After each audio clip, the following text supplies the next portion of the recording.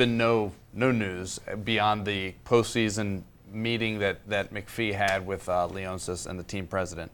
And my question is a simple one. LeVar, and I'll start with you on this. Why is Ted waiting to make a move or decision on the future of the Capitals management, both Oates and McPhee? I think a wise businessman, they say a wise man ride donkey, right? Don't ride a racehorse, you ride a donkey.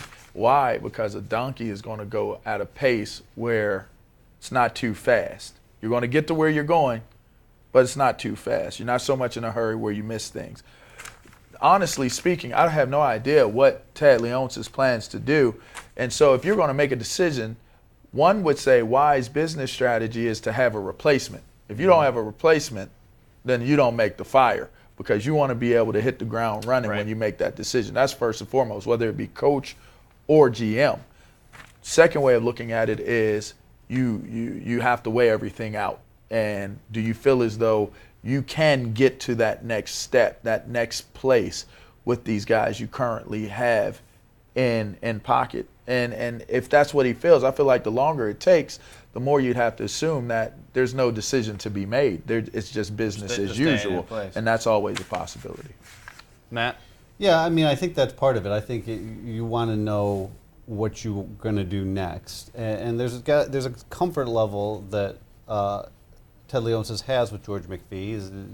He's been the GM here since '98. Third longest tenure in the NHL, right? Yeah, and so I think they've been through a lot together in terms of breaking down this team, the Yager experiment, the dismantling of the team to go young and build through the draft and around Ovechkin and Backstrom and Green. They've been doing this together for a long time, so I think there's a comfort level there that before you really want to be sure before you part ways with that. And then I think that the other thing is, if we're going to do it, what do we do next? And does that mean, getting rid of the coach too? Does that mean we're really looking at a major makeover here? And that's a lot to pull the trigger on, because the team has, this year notwithstanding, the team has had a lot of regular season success and just hasn't been able to get over the threshold in the playoffs. I mean, you could argue, Jason, that we saw this coming from a long way. I was one of the few people who thought the Caps were still going to make the playoffs, so maybe not me, but everybody else saw this coming. This was an average team. They were going to miss the playoffs. Shouldn't this have been part of his thinking before and had a move ready? Well, my man LeVar is talking about the donkey. I mean, the donkey should have been replaced by a racehorse last year, because you saw this coming down the pike. Right. So he at least should have. And now we don't know for a fact that he doesn't have a replacement in mind. Right. We don't know that he may have a list of candidates that he's been holding in his pocket for some time. But clearly, the only thing that matters is the only thing that matters to fans is, do you have success in the postseason? I mean, for owners, they want to make their money. They make them a lot of money during the regular season. But for fans, it's like, do you have a chance to win a championship? And let's add a minute to let Jason finish his point. And McPhee has not put together a team that has been able to win a championship. That's clear. They have had success in the regular season, but at the end of the day, if you are not a championship caliber team, what is your ultimate end?